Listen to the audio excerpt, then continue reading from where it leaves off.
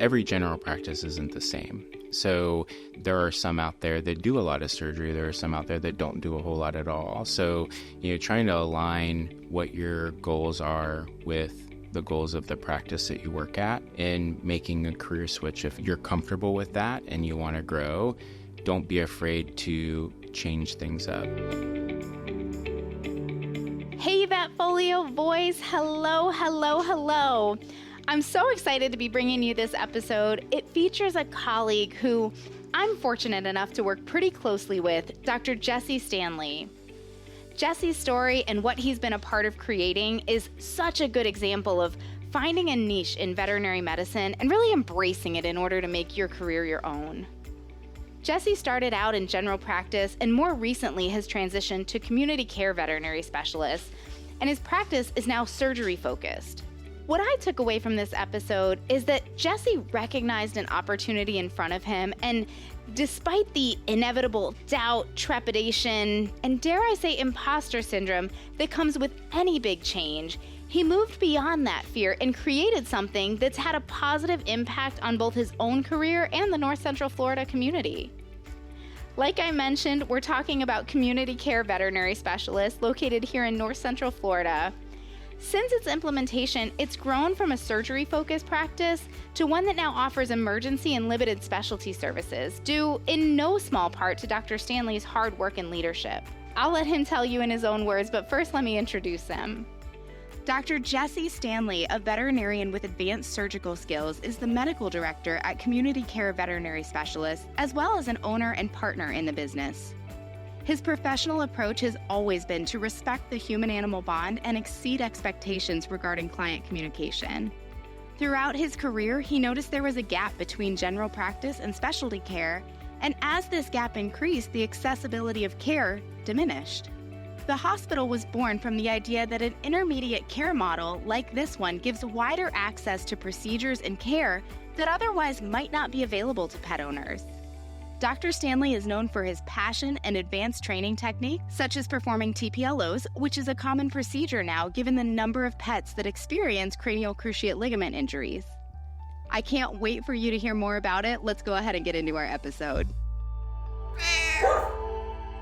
Looking to protect your canine patients against parasites? Look no further than Simparica Trio, Serolaner, Moxidectin, and Pyrantel chewable tablets. The first chewable to offer triple protection from heartworm disease, ticks and fleas, and roundworms and hookworms. It's also FDA approved to block infections that may cause Lyme disease by killing deer ticks. Use with caution in dogs with a history of seizures. Serolaner belongs to the isoxazoline class, which has been associated with neurologic adverse reactions. The most common side effects were vomiting and diarrhea. Visit SimparicatRioDVM.com for full prescribing information.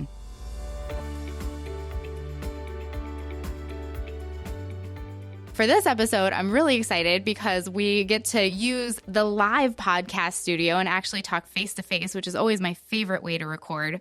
And I feel like this is such appropriate timing for this talk because this morning I was tasked with reviewing a podcast episode, which I really try not to do because I don't like listening to my own voice.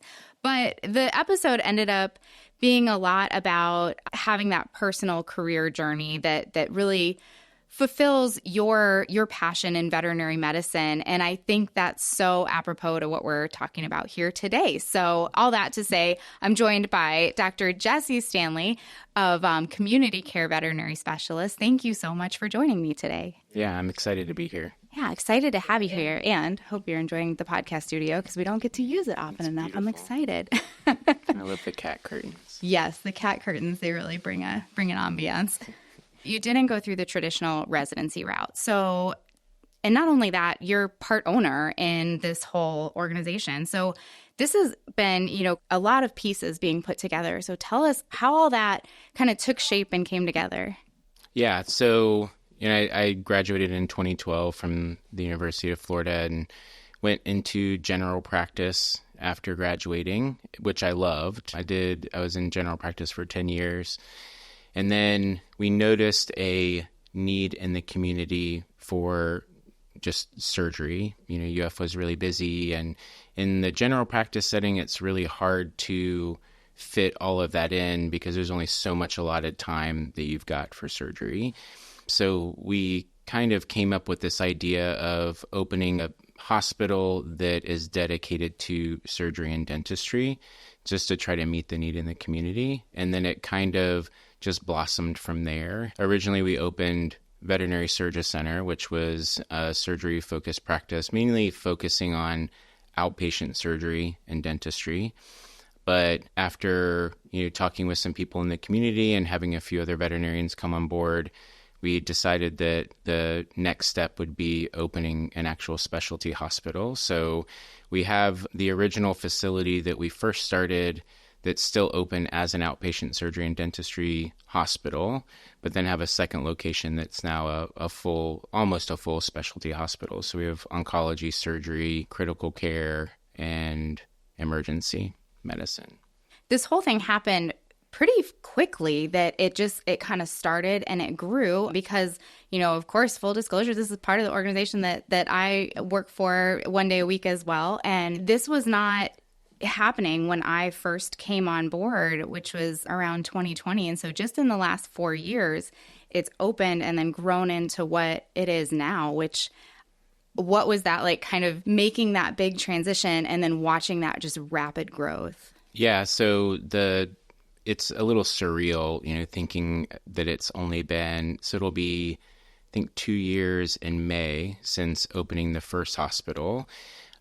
I wasn't sure how well I would transition from general practice to doing just surgery and dentistry, because I love the client interaction that I got.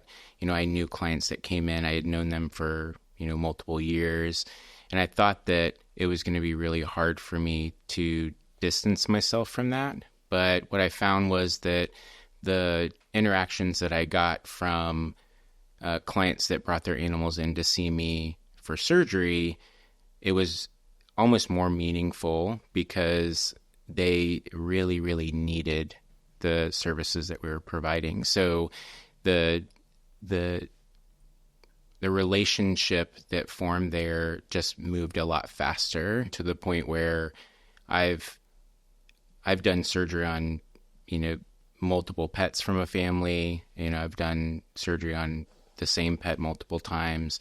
And a lot of my clients that I knew from general practice have come to see me as well, because they knew me from before. Absolutely. So they trusted me. And I think that that's where probably the most important thing, or the thing that clients are most looking for, is someone that can connect with them and someone that will listen to them, get on the floor with their dog and, cuddle their cat. They're looking for those meaningful relationships with their veterinarian. And I think by doing that, we've kind of created this hospital that shows to the client that we truly care. Like, we want them to be a part of the whole process, which has made it even better than it already is.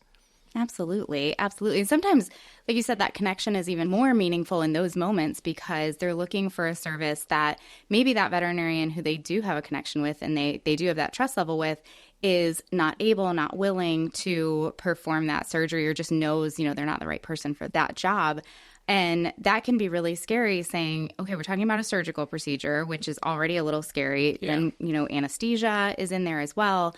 And now I'm walking away from maybe a practice that I've been with for a long time to go see someone else. So like you said, being able to walk in and make that connection with someone and say, okay, this is someone who I can trust, who cares about my animal, who will get on the same page with me and make sure that we're doing things in the best way for me and for my pet. I could see that being, I don't want to say even more important in surgery, but just a different type of connection, but all the more meaningful. Yeah, and I think that it's the interaction, although brief, surgery is scary, anesthesia is scary for owners, and to be able to offer not only my services, but, the technicians that we hired, we have, anesthesia certified technicians that have, taken that extra step of, getting certified in anesthesia. And the people that we have with us that are supporting us care just as much, if not more, than we do. So it's really a whole team effort when it comes down to it,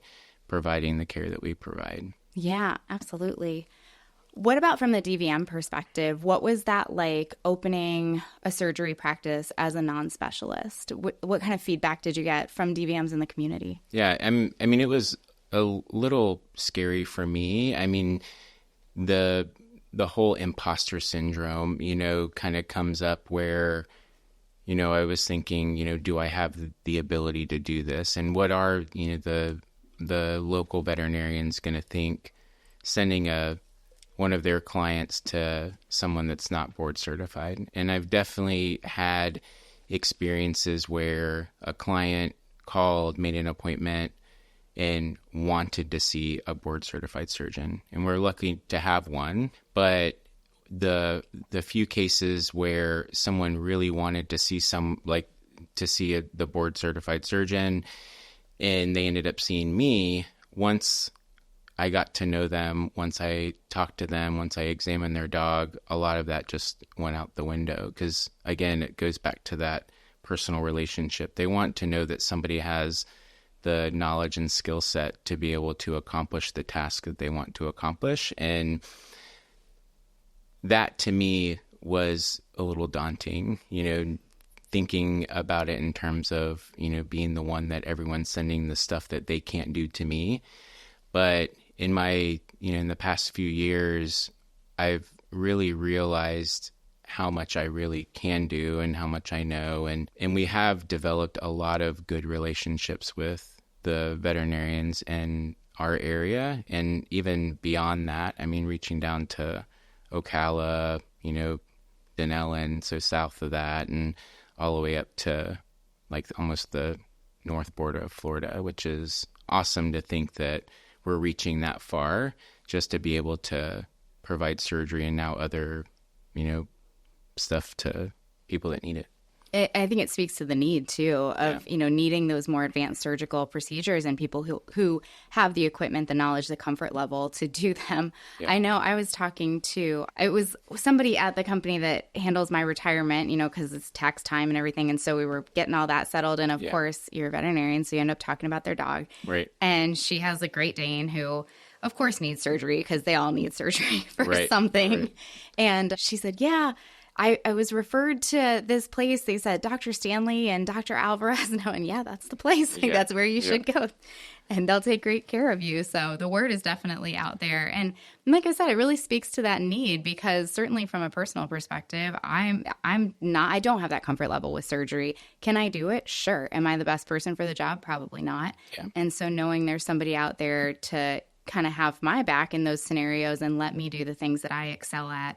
And, where I do have that niche is, it's a need for the pets, but it's a need for the professionals and the paraprofessionals too.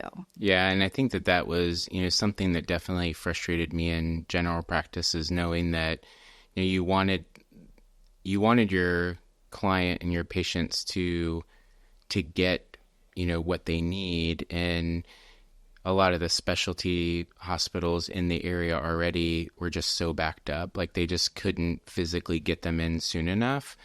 So like for cruciate ligament injury, you have a dog that really needs to be evaluated and most likely needs a TPLO.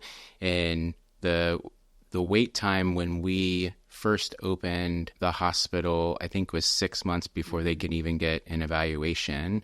And then to get surgery on top of that, even longer. So now that me and Alex can both do surgery and both do TPLOs, we can get them in for a consult usually within 1 to 2 weeks, and then usually can schedule from surgery within 1 to 2 weeks, which is exciting.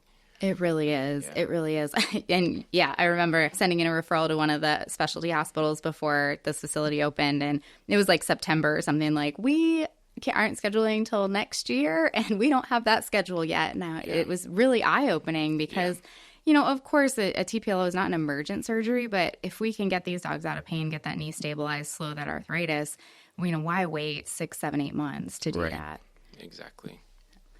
So I think this is really important because one of the things we've kind of emphasized here is that you didn't follow that residency path. And residency path is not always the best option for everyone out there. And, we always talk about there's so many options in this profession, yet despite that, it can be easy to feel maybe a little pigeonholed of like, this is what I am qualified to do. So what would you say to other professionals that are out there and they have a passion, they have a skill set, they have a niche, something they really want to pursue, but they're not sure, they don't want to go the residency path and they don't really see a way forward there? And that's something that I had never considered specializing. When I started in general practice, I definitely started to like surgery more. And I was lucky enough to have a really good mentor that worked with me in general practice that took the time to teach me a lot of the surgical procedures that most general practitioners just don't know how to do.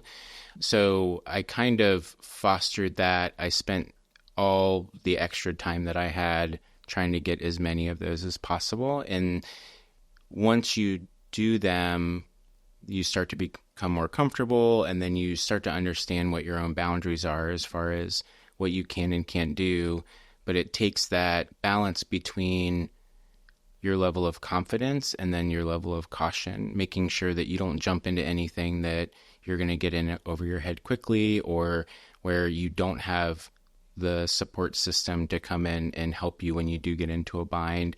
I mean, something as easy as a big dog spay. You can get into a big dog spay and like drop a pedicle or something like that where, you just freeze and you're like, I don't know what to do next. And I had that support system that he wasn't necessarily there all the time watching over me, but he was just a phone call away if I needed anything. And that helped boost my confidence to a point where I knew that I could do a lot more than what I originally thought that I could do.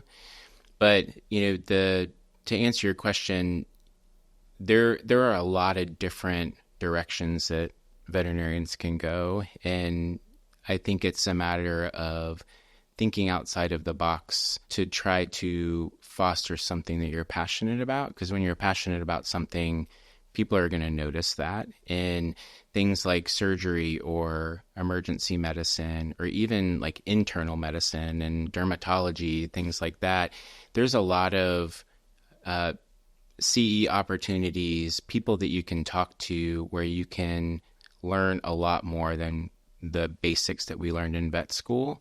And once you start doing that, then the word gets out that this person is really good at X, Y, and Z. So maybe we should send them over to them. But one of the hurdles that I think we had in general practice is the concern of, one general practice referring to another general practice for something that they can't do. And that concern of, the client wanting to leave their previous practice and coming over there. So that was one concern that we had. But I think when we think about it in terms of like what's best for our clients, everything else is going to fall into place, I think, because, right now I don't really want them to come back to me for general medicine. I'm not good at that anymore. I've just been doing surgery for the past 2 years. So that relationship, I think, is really important just between veterinarians and trying to figure all that out. I think you make a lot of really good points there. Particularly, like I can recognize the concern of one general practice referring to another and how that might be difficult. But I think the reality is like and this is of course just my opinion. I know it's worth what you pay for it. As we're moving forward in veterinary medicine and we have so many options. I mean, just in the 10 years that I have been out, when I graduated and went, was not very far behind where you graduated, it was still like all of our medications were just off-label human medications because nobody was going to invest in, the animal space. And we didn't have that many pet-specific medications. That is completely opposite now. We have options that, we never dreamed we would have available 10 years ago. And as all that has happened, there's so much to learn. There's so much to absorb. There's so much to do that it gets harder and harder to retain that jack of all trades role and be able to do everything. So like you said, kind of finding what you're good at and pursuing that and getting really good at it. And I think, certainly we'll just say the last 4 years have shown, as far as patients, there's enough to go around. Many of us have a lot of patients, and the challenge is more so getting them in a timely manner, not necessarily filling our books in some times of the year, not always. But I tend to feel like, if you do a good job in your role as, say for me as a general practitioner, and you communicate with that client in the right way to say, hey, I'm sending you to so-and-so to do X, Y, and Z, then that person is going to go, and they're most likely going to come right back to you for everything else, because probably the vet you're referring to is they don't want them for everything else. They want them for that one specific reason and don't have the capacity to take on everything else. So, and the ones that you lose, it's important that people are in a place where they trust and they feel comfortable. You don't want them coming back to you out of obligation. So I think all of that is a very long-winded way to say, I think there's plenty of pets, plenty of patients, procedures, specializations, things like that to go around to where we can all collaborate together. And if we just make an effort to if we all just get along, then it'll be okay. Well, and I think that was something that was very important to us when we opened Community Care Veterinary Specialists, because the name is what we want, so, being part of the community and trying to help the whole community just be better at what they do. And to the point where helping general practitioners by going and helping them with the procedure that they want to do, or talking them through, dental procedures when they're concerned about a jaw fracture and things like that. And that's something that I think we've found is very valuable to local veterinarians, because they just want to be able to have that sounding board of, hey, this is what I have. What do you think? Even if we think that you should send it to us and we can take care of it, but we're more than happy to help you through it if it's something that you want to tackle too. And you're right, there's plenty of dogs and cats and other animals out there for everyone to be able to do what they love and do it well. And of course, we've talked a lot about this from the veterinarian's perspective and finding what we're good at and our passion. But you mentioned your team as well, and having, veterinary technician specialists in anesthesia and the opportunities that it's given your entire team there to really be on board and be a part of something. So I guess I would reframe that question and say, not just from the veterinarian's perspective, but from, a technician, assistant type of perspective, what would you say if you had a technician who said, I don't, general practice isn't for me, and I don't know that I want to, go with only the options that I've had in front of me in the past, how do they kind of carve their path? Yeah, and I think that it's similar in the sense that if you really want something bad enough and you're willing to put in the work to do it, then you can accomplish anything at that point. We had one of the technicians that I worked with in general practice that was my surgery tech. She was the best, and she ended up coming over with me when we opened the first hospital, and now that's all that she does. She is my surgery tech. She knows everything about surgery. Can she run anesthesia? She can, but she would rather not. She would rather leave that to somebody else. So we gave her and other people the opportunity to focus on the things that truly bring them joy. We brought 2 other techs from general practice that one had just gotten her CVT and the other one is working through his CVT now, that really dedicated their lives to knowing as much about anesthesia as possible, reading journal articles and, researching medications, not just what to give, when to give what medication, but how does it work and what can we give with it? How can we make these experiences that pets go through better? And it has proven to me that anything is possible if somebody wants it bad enough.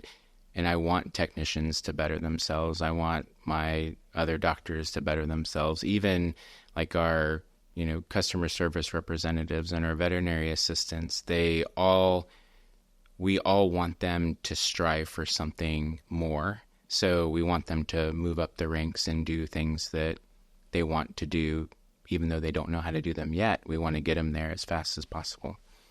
So I'm thinking about everything you said and putting it all, looking at it through my own lens and feeling like, you have to want it more than you're afraid of it. You have to kind of get over that fear. And then you mentioned that good mentorship to know your own boundaries and have that mentor who can like guide you out of your comfort zone in certain areas to say, no, you can do this, and help you kind of conquer that fear. And then, like you said, the sky's the limit at that point. Just say yes. Yeah. Because when I first started, I thought that I knew everything I needed to know about running anesthesia on my patients, and working with technicians that have been in anesthesia for 5 to 10 years. I quickly realized that I didn't know everything, but I made it one of my personal goals to understand everything that they were doing, and not just handing it to them and then just being focused on surgery, because it's always been really important to me, is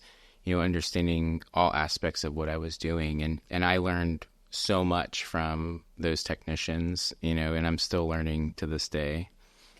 Yes, I have called them myself a couple of times, primarily with ECG abnormalities that I just don't see very often. And I'm like, I know what it is, but what do I do about it? And they answer the phone, and they are super helpful, and they'll stay on the phone until things stabilize and kind of walk you through it. And that's a hugely valuable skill and role. Like, it's so reassuring knowing that we can pick up the phone and talk to them, and they'll walk us through it. And they love it too. I mean, it's that affirmation that what they're doing is important. I think, when, somebody asks you for help or for your opinion, like what that does for us, I think it just solidifies the work that each person is individually doing, and knowing that they're helping, on all aspects of it.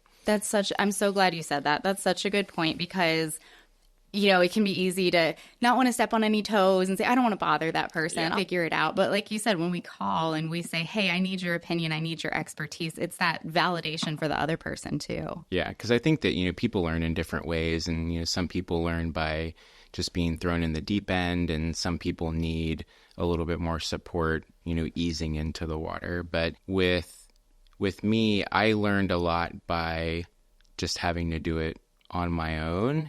But there's a spectrum there, and we have to tailor each person's training. It has to be dependent on how they learn and how they take in new information. So it was important for me, for newer veterinarians that came in while I was still in general practice, to know that they didn't have to do everything on their own. It's not a weakness to be able to, or to have to ask for help. So knowing that you can ask for help, and no one's going to look down on you as not knowing the answer, it's worse to try to get through something on your own when there was support there, and have a surgical complication or something like that could have been avoided with just a phone call. Yeah, and that's the kind of thing that makes you not want to do surgery anymore. Yeah. So if you have that guidance and, somebody to kind of help you avoid those complications, that's the key to building that confidence. Yeah, and that's what we're trying to do where we are now, is get to other local veterinarians and let them know that it is okay to call. Like, if they have a question or something like that, most of the veterinarians in our area have our personal cell phone numbers, because, we want to be there for them, and being able to offer that to them, again, makes us feel great, to be able to just calm someone down and say, it's not that big of a deal. We can work through this. You don't even have to tell your client that you even called anybody. But the reality is that you knew that you needed help, and you called for the betterment of your own patient. Yeah, we're all fallible. We have those moments where I think I was talking to you, was it last week or the week before, about how, I feel pretty confident in my ability to pull teeth these days, but I had a mesial palatal root on a 108, and it was like, no matter what I did, that thing was breaking. I'm like, I see it, it's there. And it's, even though I've done it a million times and I've been trained on it a million times, I feel confident. Sometimes you just need that reassurance. You need somebody who will say, like you said, it's okay, it happens, right. And we'll take care of the animal. Yeah, exactly. You're talking about people learning in different ways, and some people need to get thrown into the deep end, and others need to be kind of eased into what they're doing. Brought back this memory for me of one of the doctors who's now at the emergency clinic, who's very much a throw in the deep end kind of person, and called and asked you to be in the OR. I forget what the procedure was, but I just remember like after 15 minutes, you were just like, can I leave now? Like, do you really need me here? But I think just you being there in the beginning of the procedure is what helped her feel like everything was going to be okay. Like making sure she could get into it and she felt comfortable and she wasn't going to get into a place where she had me to rely on, who was going to be absolutely no help in that scenario. Right. Yeah, we actually I got called in for a GDV on Sunday, and she came in to the ER because she was starting her shift from, I think it was like from 4 to 12 or something like that. And she had, I don't know if it was the same instance or not, but she had mentioned like one of the first ones that she did, like I came in and was like, you've got this, like, right. And I'm going to go because you don't even need me here. And we both cut it together, and it was fun. I mean, it's fun to be able to get people more experience with stuff that really brings them joy. Well, and to watch them be able to do the things that you help them learn how to do and say, like, look, my teaching was successful and now you can do it and you can feel confident doing it and enjoy doing it. Yeah.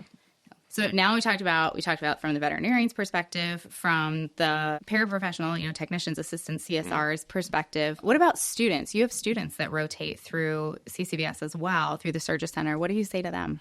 Yeah, so every time I have a new student that comes in, I always ask them what their goals are. What do you want to do, with the rest of your career? And it is somewhat across the board as far as people that, are interested in doing internships, but then going to general practice, internships, going on to residencies, or people that just want to go straight into general practice. And it's encouraging to have students that had, a similar interest as me, that really like surgery and want to do more surgery, but don't necessarily want to spend another 4 years getting to that place where they can do that. And there's definitely a place for boarded professionals.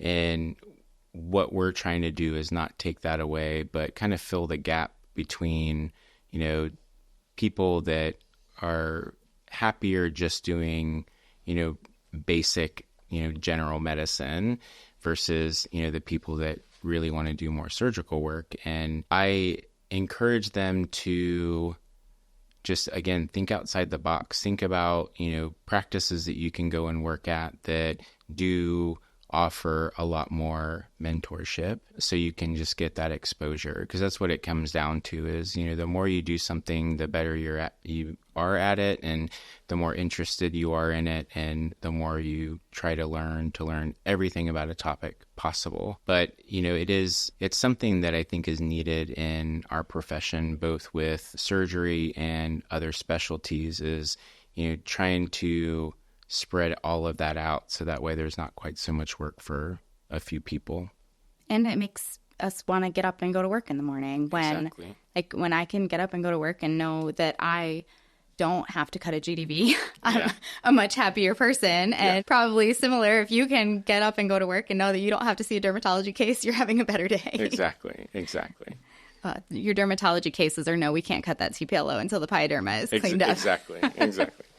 So, we've mentioned that this can extend to other types of medicine. What other areas of veterinary medicine do you think could be a good place to kind of go with this type of model of somebody who, went the distance, read every journal article, learned a lot about one specific topic, and really want to champion that within a practice, or like you've done, more in a standalone type of setting?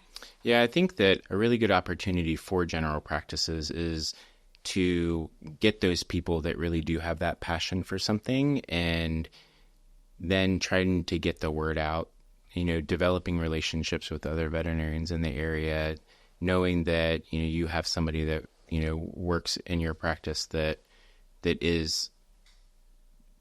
guess is really passionate about that, like internal medicine. I mean, you think about managing diabetic patients and cushingoid patients and, all the endocrine diseases that, dogs and cats can get, but trying to learn all of the little nuanced stuff of, those little minute changes that can really make a difference. I think that there's a place in general practices for a lot of that. Emergency medicine is another one. I mean, in general practice, we see it. You know, you have a client that calls that has an emergency, and I think a lot of times we just say, no, don't come here, go someplace else because we can't manage it, as opposed to we may not be able to manage it, but come in and we'll kind of, you know, triage them, see what's going on. You know, cats with urinary disease is a good example of that. You know, when you have a cat that is straining to urinate, is it because it's got idiopathic cystitis or is it obstructed? And there have been a few times when I was in general practice that, you know, we got scared because we either didn't have time to unblock a cat, or, you know, veterinarians were there that weren't comfortable with doing it, that we just sent them on and then sent the cat with idiopathic cystitis to an emergency clinic. So a lot of that stuff we can kind of filter off the top, because most of the emergency practices are looking for the true emergencies, you know, the hit by car, the, you know, big lacerations, trauma, and all those kinds of things. Because the more that general practices can filter away from them, the better they get at managing those cases, and that it allows for the emergency hospitals to do more of the stuff that they really need to do. And I think the same thing goes for surgery. You know, the more that we can get general practices to cut cystotomies and mass removals and procedures like that, the more we can do TPLOs and fracture repairs and lung lobectomies, things like that, that general practices just aren't equipped to do. I did not know you were equipped to do lung lobectomies over there. I personally am not. Fair. But we are. We as a hospital are. But wow. Yeah, lung lobectomies, liver lobectomies, like cholecystectomies. I mean, having a boarded surgeon is definitely beneficial. But it's helped me realize that there are things that I'm comfortable with not doing at this point. Not to say that I never will do them, but that's where, you know, that level of caution, like I would never even try to do a lung lobectomy because it's just outside of my comfort zone. So I focus on the things that I'm comfortable with, expanding my comfort zone little bits at a time. So, you know, that way, you know, I can continue to learn and grow myself, but doing it at a pace that I'm comfortable with. Yes, and having a good opportunity to do that. And I was listening to you talk about, you know, getting things back into a GP setting. And I went, oh, man, we're going to open a can of worms here, because this is something I think is really important. I might be like a little bit of a hypocrite here, but not so much from a surgery perspective, but that's just my own personal bias. But certainly, like, you know, I like the internal med and the endocrine and things like that. But I think, and the emergencies, you know, I like the adrenaline, and for the most part, I can stay calm. I have my moments. But I think there's a level of fear there in general practice where we say, well, what if I do something wrong? Am I going to get thrown under the bus by my colleagues? Am I going to get sued? Am I going to get put in front of the board? What's going to happen here? So I think that conversation kind of opens that spectrum of care conversation, which is being had more and more throughout veterinary medicine. And I think is so important, because we have to find a way to get around that fear, and whether that's, you know, dealing with it and doing what you're going to do in that moment, or, you know, working together as a profession to say, hey, it's not only specialists who can do these things. Yeah. There are people out here who can really do this and do a good job, who've worked very hard to learn how to do a good job. And if things go wrong, things just go wrong, because it's medicine and that's what happens. Right. But yeah, that might be a bigger conversation than what we're talking about here. And there's going back to, you know, that level of courage versus the level of caution. And we definitely don't want to do anything intentionally to put a patient at risk. But there are times when you just don't have the time to send it somewhere else. Right. You know, it's either we do this right now and I'm uncomfortable about it, or the patient dies. So, you know, those moments we can use as kind of like that catalyst to get us to a point where we're a little bit more comfortable. With emergencies and things like that, I think that when you're doing things that you're not 100% confident in your ability. I think that it comes down to client communication and getting them to understand what the plan is. Because I've always been a big believer in that if my expectations and the client's expectations are the same, then no matter what happens, it's going to be fine, because we have already discussed, what my concerns are as a veterinarian, what their concerns are as an owner. And if we can align those, if we have a bad outcome, then we're already on the same page. And I think that that's where, when we use our fear of something to drive our decision making, that's where I think it can stagnate us in terms of our growth. But we definitely want to exercise caution in those times too, because we don't want to do anything that has a high chance of leading to a negative outcome. And I try to talk to new veterinarians about that as well, because why would you do something with a higher chance of a negative outcome when there was a better option available? And that's where it comes back to just calling somebody. If there was somebody that you could call to talk to and say, hey, this is what I'm concerned about. And they say, I understand that you're concerned, but it's most likely going to be fine and you should be okay, then that gives us that level of confidence to say, okay, yeah, I can do this. That confidence boost that we need. Yeah, sometimes that's all it is just you need somebody else to tell you, yes, it is reasonable for you to take this on. If you feel confident, I feel confident in your ability, and that can make all the difference in the world. Yeah, and that's what we're trying to do too, is, just trying to give, that confidence back to general practitioners that may not have it or may just need a little extra push, so that way they can do the things that they want to do. But it's also okay if you never want to do surgery, because there's hopefully plenty of people out there that want to. So. Yes, well, lucky me. Well, I'm also thinking on the flip side too, if someone were to call you and say, hey, I have an owner and they want me to do this here, they don't want to refer, but I don't feel comfortable in this moment, to have that conversation with you and say, okay, well, here's your pitfalls. Do you feel like you can deal with it? And either give you that, no, it's okay, I think you're going to be fine, or no, you're right, this, you probably should send this. I agree with you that that's the best option. And it gives you that leg up in the conversation with the client too, of look, did some soul searching here, and I have these concerns, and I reached out to a colleague, and they kind of agree with me, so here's what we think we should do, which ultimately ends up with a better outcome for the pet. Yeah. And I think that goes back to just having the client understand the whole situation. Absolutely. Kind of to wrap up here, after having this conversation here, which I'm sure is, not the first time you've thought about all of this, what advice would you just give to veterinarians, technicians, assistants, CSRs who are out there and they think they want to pursue something a little bit, I'm going to say specialized, for lack of a better word, in their career, but, maybe they are experiencing uncertainty, either what in terms of imposter syndrome or not being able to see it in their mind how they're going to make it work out. What kind of advice would you give everybody moving forward? Yeah, I think that just like we wouldn't expect a client to stay with us if they weren't unhappy with their experience, I think looking at other opportunities within veterinary medicine that are more in line with the person or the veterinarian that you want to be.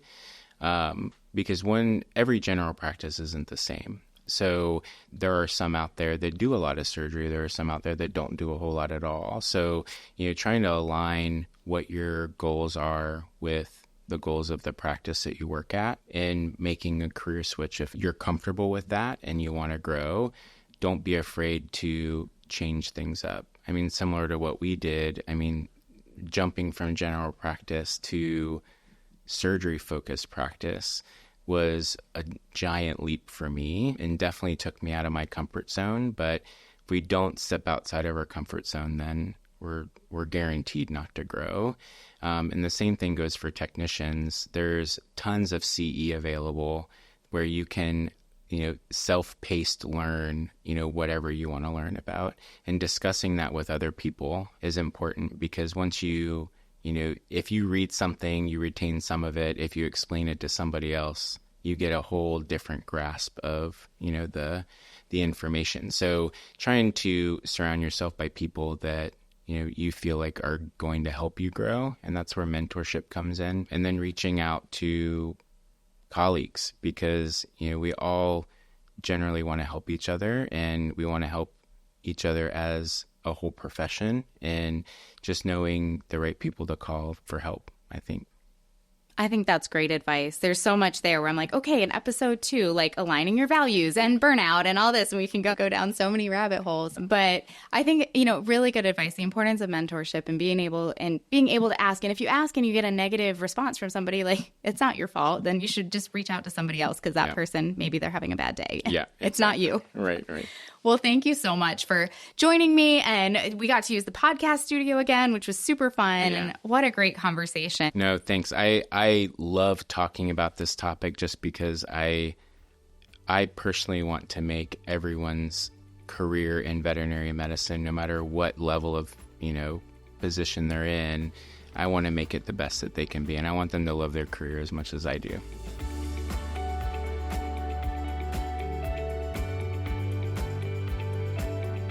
Dr. Stanley, thank you so much for joining me for this really important episode. I think it's so important to hear stories like yours for people who are out there and maybe feel like they want to do something a little different, a little bold, a little off the beaten path. And of course, a huge thank you to all of you out there for joining us. If you enjoyed this episode, please leave us a 5-star review wherever you get your podcasts. It'll help other veterinary professionals like you find this and other great content we try to put out there. For more episodes like this, click on the Education tab on the VetFolio website. As always, we'd love to hear your input on this talk, as well as ideas for topics you'd like to hear from us in the future. Feel free to reach out to me at dvm@vetfolio.com. You can also visit my Facebook page at Dr. Cassie DVM, and you can find me on LinkedIn. And remember, one animal is better off because of you today. It's a great day.